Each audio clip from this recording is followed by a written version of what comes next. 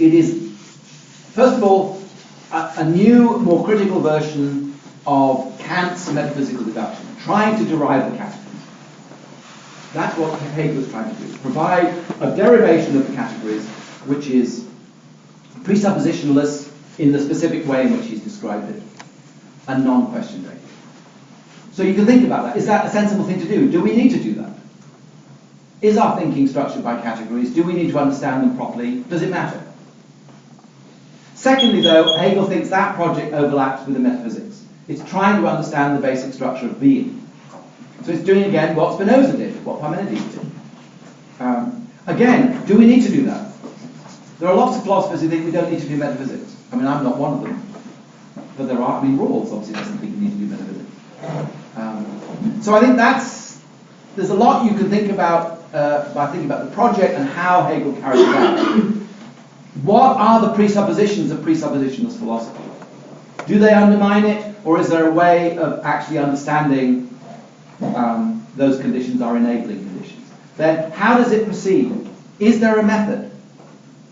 If so, what is it? And then, of course, you've got all the different things he says. And I think those are important. Hegel gives an account of what it is to be determinate, what it is to be something, what it is to be finite. We've just seen what it is to be one, many. But it's only a small portion of the logic, but there's quite a lot there you can think about. And then, of course, you've got, how does Hegel relate to other philosophers? Hegel and Aristotle, Hegel and Plato, Hegel and Kant, Fichte, Schelling, or subsequent thinkers, the post-Hegelians. Do they get him right? Does Feuerbach, does Schelling, does Nietzsche understand what Hegel's doing? Does Heidegger understand it? Derrida, Deleuze, and others. So there's plenty you can be thinking about, and I'm kind of hoping that you'll either do it in your essays, obviously, but that we might have a bit of time now going over some of that stuff if you want to. So it's over to you. Yes, go ahead. So what you just brought up seems to be very striking insofar as that we move from quality to quantity, and this idea that sort of by moving into quantity we can see certain of the sort of fundamental laws of nature within the structure of being that sort of thought itself is. Yes, that's right. Exactly. So this coincides really with, I suppose, partly what Descartes was doing in the Principles, with what Spinoza's doing. Even Kant, although Kant has a different explanation, he still has an a priori philosophy of nature. Because what's strange about it, at first it seems almost really rather almost absurd, because you're saying, well, what, we just think, if we just, think in the right way about the categories of thought or about being, then we can understand them. Yeah. We can Just to add, why do you think that's absurd? Or why might one? What I was going to say is that you start thinking it's absurd, but then you sort of think, well, isn't almost that's what you'd be doing as, say, a natural scientist almost anyway, because you have to think through your theory essentially, and that, as being correct of the world. But it strikes me as absolutely fascinating, just because you have on this one hand you think almost the sort of when you're sort of first introduced to idealism, the idea that all this stuff is contained within thought seems like rather strange. Like, well, surely there's just things beyond myself that I just can't, that I can't just have this sort of either a sort of direct acquaintance with, or I can't, know through just simply thinking about. But then that you can sort of say, okay, well, these certain fundamental laws of nature structure being and hence structure thought. I mean, the only thing that, I guess there's also leads me to think about two questions. One of which is, if the categories of thought are the way they are, what sort of leads us to error about them? Why do we end up thinking about them like Parmenides thinks about being, being and nothing are these two distinct things, as opposed to thinking about them in the way that, say, Hegel thinks about them? Like the idea that change is inherent in being. It's not something that's, the common is brought about by time, right? It's being. If we just had everything just was, it would just remain fixed. But time is the thing that brings about change. Whereas the idea that being brings about change is almost completely different to that. Why is it that when we sort of naively or even laden with presuppositions, why are our presuppositions set up that they're often very sort of antithetical to Hegel's sort of conception? Yes, good. I'm thinking it's the two things you were talking about there. Really, one was the question of almost the relation sort of thought to being, thought to the world, and then the question of error. Both very good. The first one, I think, has really got to do with, and this is why I asked you to explain a little bit about why one might think it's absurd. And it seems to me that the answer to my own questions, why one might think it's absurd, is because we make the assumption that, first of all, we're fundamentally finite in our knowing. The world exceeds us, kind of Kant's assumption. Or that the world is over against us. It's something that we are different from in some way, so we've got to find out about it. It's like as if you're going into a room that you haven't inhabited before, and you sort of need to go in and see what's going on in there. But of course Hegel rejects both of those assumptions, and they are assumptions. They're identified as such at the beginning of the phenomenology. So, now I don't want to go over all again why he rejects them, but he does reject them. And that leads to a different way of thinking. So if one thinks that maybe let's think of the difference between Descartes and Spinoza.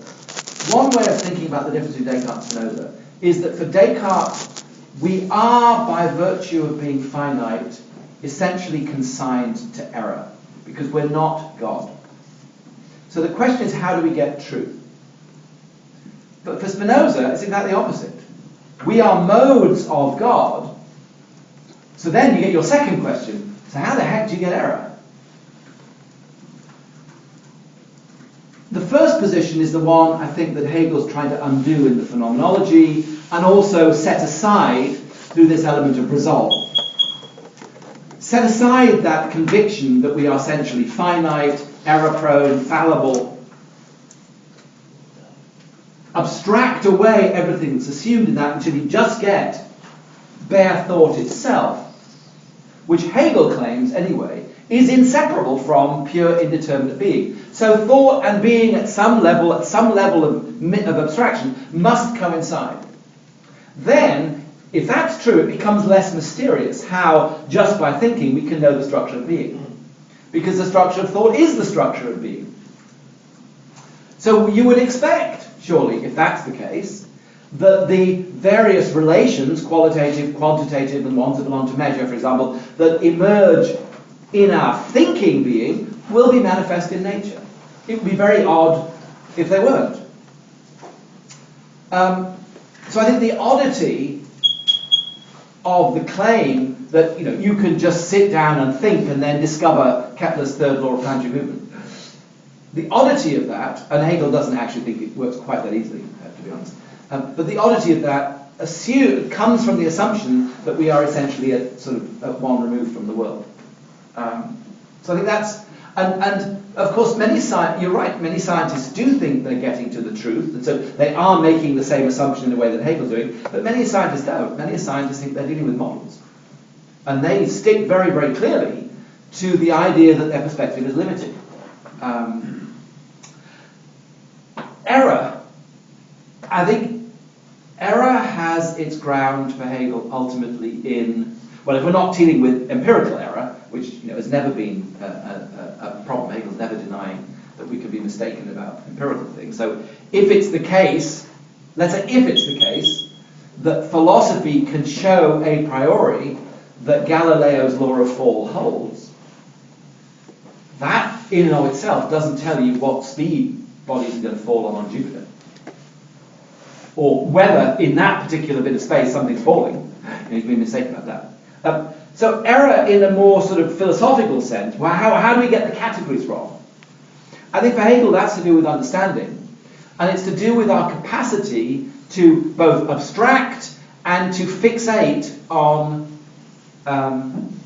abstractions. And this is why when I began this module, I was suggesting the importance of being able to let go of the assumptions that we make.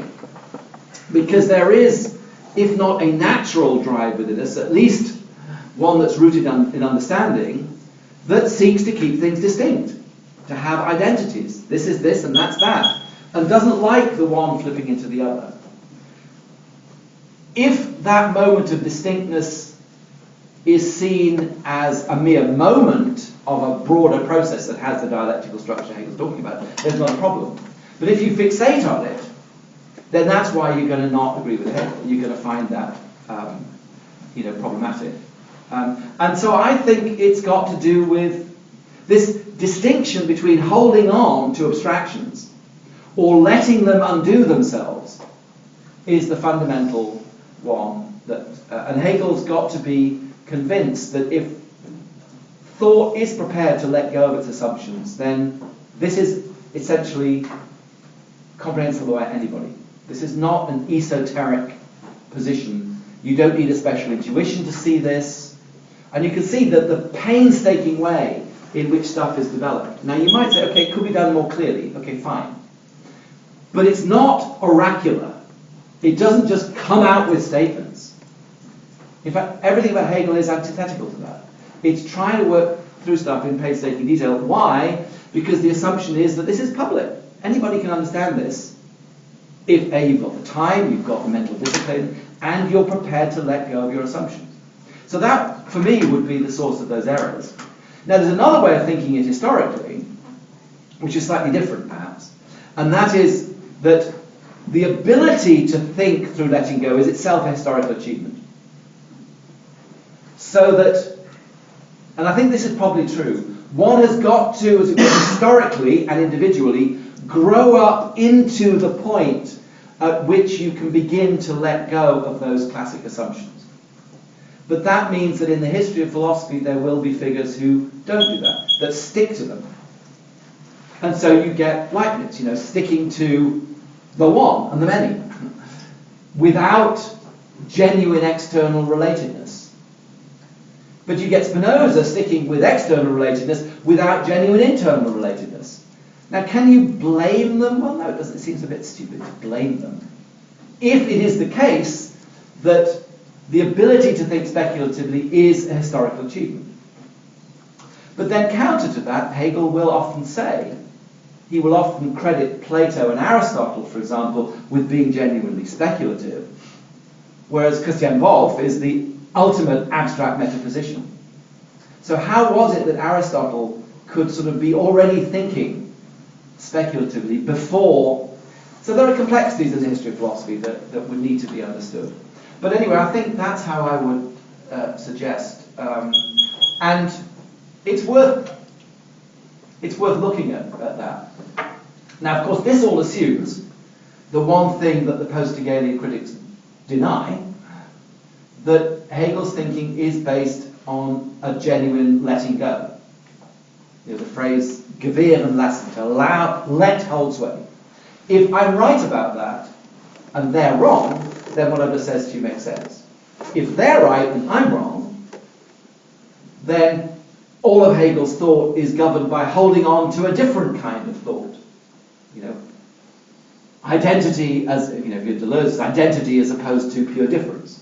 Or if you're Heidegger and Derrida, it's self-consciousness as opposed to something else. So I'm aware of that. My thinking over the years has brought me to the conclusion that I can find space for their understanding, but they, what I'm putting forward is just doesn't enter into their world. It's just not a possibility for them. And so I'm thinking they're wrong, but of course I might be wrong too. So does that kind of help a little bit? But no, very good questions, and ones, because I can understand the bewilderment. What I should say is that the relation to nature that Hegel's describing here is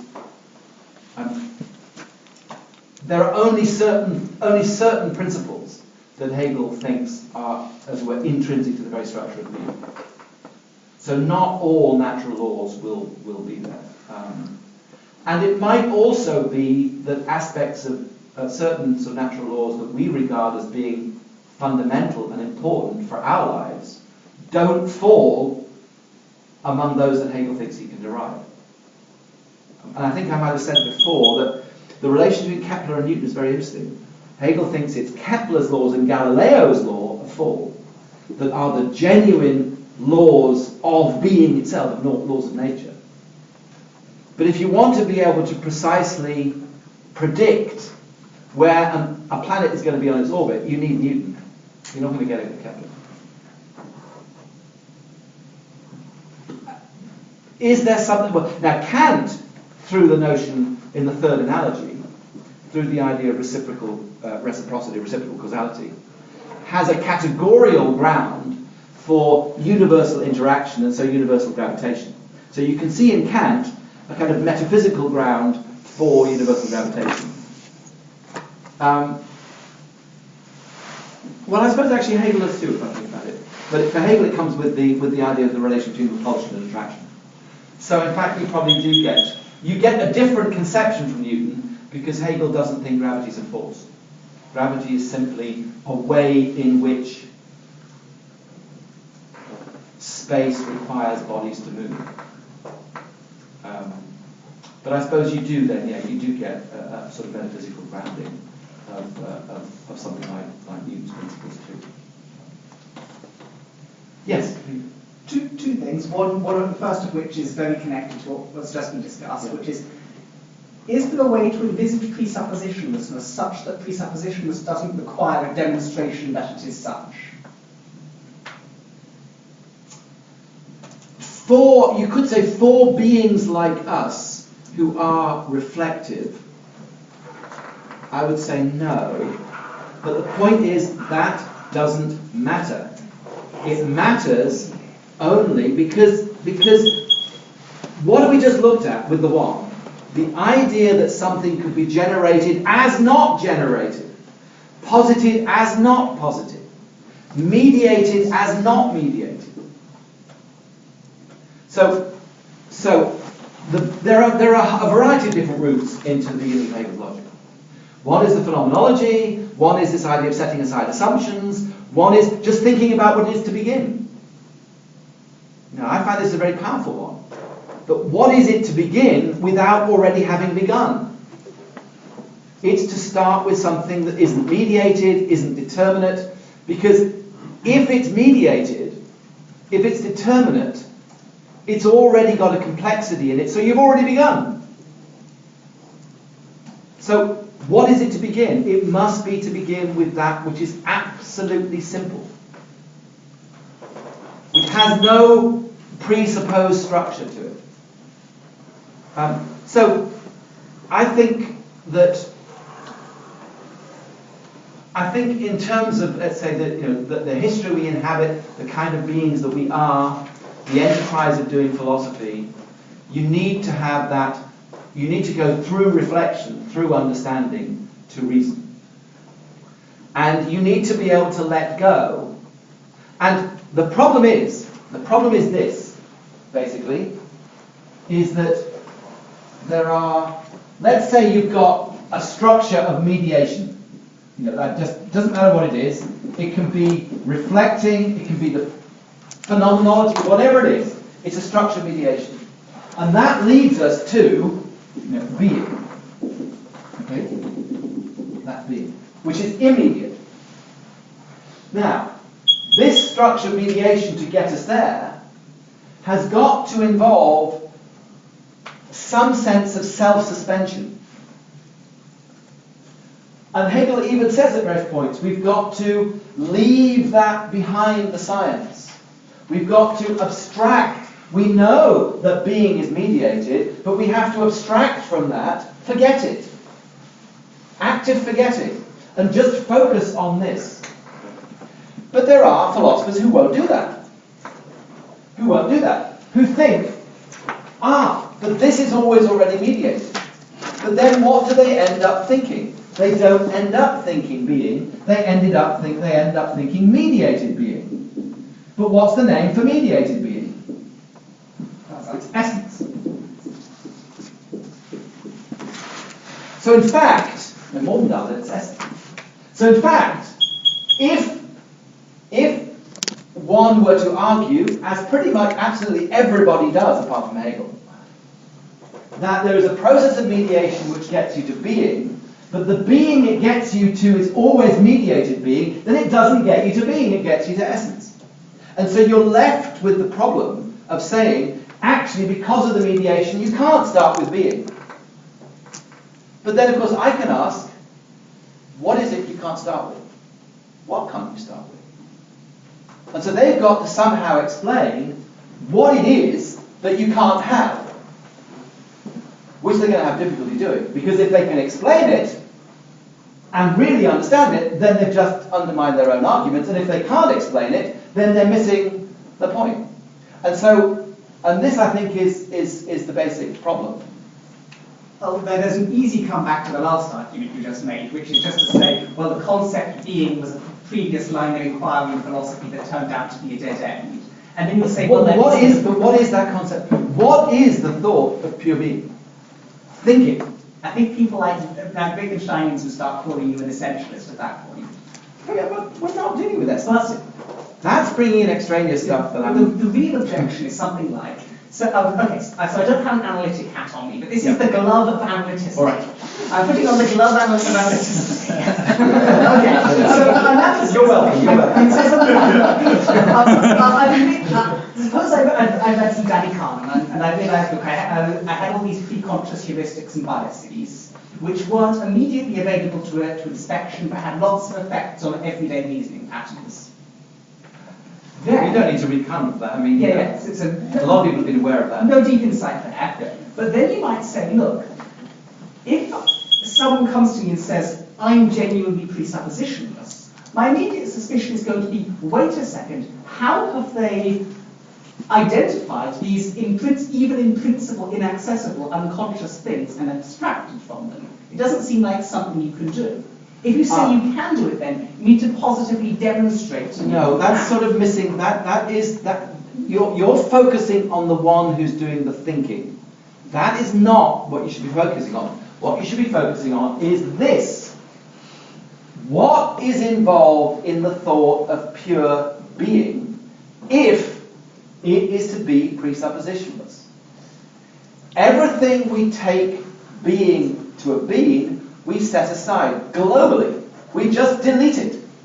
You don't need, it's like pressing a delete button. You don't need to go and delete everything individually. You just delete the whole lot.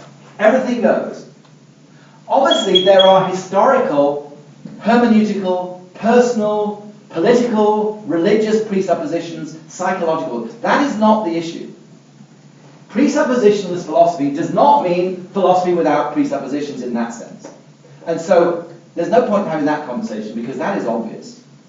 The whole point of this, and what I said before by saying this is a historical achievement, is that this kind of thinking happens in the context of a history, in a political context, after the Reformation, after the French Revolution, after Kant, after Rousseau, freedom, and it needs a certain psychological setup. I've got to be prepared to let go.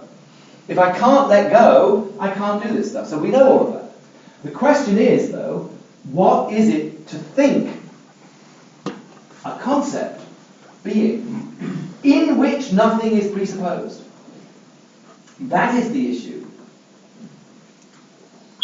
And Hegel thinks you do it through sentences like, well, they're not even sentences, being, dash, with no further determination. Being, stop. Don't add anything to it at all. Pure being. Schluss. So then you don't need to be thinking about, well, what biases I've got, because what I then want to know is how do those biases manifest themselves in pure being, pure indeterminate being. I might have all kind of nefarious motives of thinking that. I might be doing this whole course because Schopenhauer's right, and I want to just bewilder you all. And I don't know, or I might want to do something else. I might, in fact, be being paid by the mafia to do this course. It is irrelevant. It doesn't matter. Pure being has to be thought as pure being. What I'm doing and your motives for doing it are irrelevant. They don't matter. And I may not be aware of the motives for what I'm doing it. I might think I'm teaching Hegel because I love Hegel. I might just be a failed actor. Failed priest. Who knows? Doesn't matter. What's going on inside my little brain here, or in yours, that doesn't matter. To which, to be an annoying faux analytic again, they would say something like, well, look, if Hegel is in some important sense right without qualification, what he says about something really does go for all somethings, then it looks like you've got a requirement to demonstrate to me how to begin the inquiry. In which case, all I'm doing that. It's just not actually. To a certain kind of mind, not one that's not prepared to let go, but one that wants to know whether or not it is actually let go. That's going to be unconvincing. Well, put it the other way. Ask yourself, if you set aside if you start with what being is ordinarily understood to be, and you set aside all assumptions about being, what are you left with? Well, that's exactly the question they're asking. No, you answer it. No, but saying answer it. Answer it. What are you left with? What must you be left with? There are really only two things you can be left with. If you want me to say being or nothing. Well, I mean, it's not that I want you to say that. It seems to me there is no alternative. And obviously that's what it is. It seems like that, and obviously you know I thought the Hegelian project, but this kind of... Right, but this kind of skepticism doesn't really get us anywhere, because one can always say of anything, well, it seems like 2 + 2 = 4, but I'm not quite sure. I don't find that really very fruitful, because I'm not... The logic is not in the business of trying to persuade the unpersuadable. Really, that is the baronet ego. You just let it go its own way. The thing to focus on is the matter at hand, die Sache. What must constitute the beginning? What must be thought if thought suspends all its assumptions about that which we have taken ourselves to be engaging with, the world? For Hegel, there are only 2 alternatives: pure being, nothing. Anything more than that, then I want to say, well, you show me. It's not. I've done my business. Now you show me, whoever you are, what is built into that. Now Heidegger will come along and say, aha, what's built into that is a tacit form of self-consciousness. And I can deal with that and say, well, I don't think that's right. We have a discussion. Derrida will say, what's built into that is a certain form of presence. And I can deal with that. So they come out with specific positions. Or maybe Deleuze will say, what comes in there is a commitment to univocity, to identity, and so on. I understand all of that. And those, I think, are fair criticisms that I'm happy to engage with. But I don't think, because it's not an issue, it's not about us. It's not about us. If you don't know how to let go, well, I'm sorry. If you don't know how to jump off the cliff, you don't know how to jump off the cliff. Hegel's answer is you do it through abstracting, and you show how you can do it by doing it. And anyway, I'm not going to continue with this because this is just sort of endless. I mean, there is in a sense the way you're presenting the question is it renders it unanswerable. That's the difficulty, and I'm trying to suggest that what you can focus on, and I think this is sort of fair and open, is the being that Hegel's trying to start with. Is it presuppositionalist in the way that Hegel, and I don't mean, maybe I shouldn't use that term, forget what's coming before. Is it indeterminate in the way that Hegel thinks it is? That's the thing. Is that right? Or is that wrong? Are there determinacies built into it that Hegel's not being honest about? Is he, and how, and then sort of show me what they would be, and look at the way he describes it, and then we can have a discussion about that. And I think that's a perfectly fair, and that's kind of what you do as philosophers. You think about that. So I'm going to move on from that to another. Yes. So just actually related to the last part of what you said, when does time enter the picture for Hegel? Because there's lots of there's words in the logic like change and movement, which I don't want to say he's presupposing time, but it gives you a sense that the notion of change and movement and relations between things, there's something beneath that, which is time. So I have that in my head. Time doesn't come in until we've left the logic, until the philosophy of nature, with space. Or rather, obviously, there is the time of our reading and thinking philosophy. But then there's also the space of our reading. There's lots of other assumptions beyond time. We're in history, we've got bodies, and so on. But time as a constitutive element of the being that is being thought comes in at the end of the philosophy of nature. And there's a sort of complicated story at the end of the logic in which Hegel argues that logic proves to be what he calls idea, self-determining reason, and that reason discloses itself as space and time. So time is the negativity inherent in space. There isn't, not like Kant, that there are separate forms. Time isn't a separate form from space. It's just the negativity of space. And so I suppose you could apply the Einsteinian notion of space-time to Hegel quite, I know it's anachronistic, but it's not wrong. And similarly, history, you see, I suppose you could say, well, we are historical beings now doing this. When does history come in? Well, history isn't just time. History involves human spirituality, involves human freedom. Hegel thinks it involves states. So that comes in later. And in fact, actually, most, if not all, of the presuppositions of presuppositionalist philosophy are themselves then later derived. Political life, bodily life, religion, all become derived. And that's meant to be provide a sort of retrospective explanation of those, I suppose. But yes, it's important to avoid, movement, one might say, is metaphorical, perhaps. Change is not meant to be metaphorical.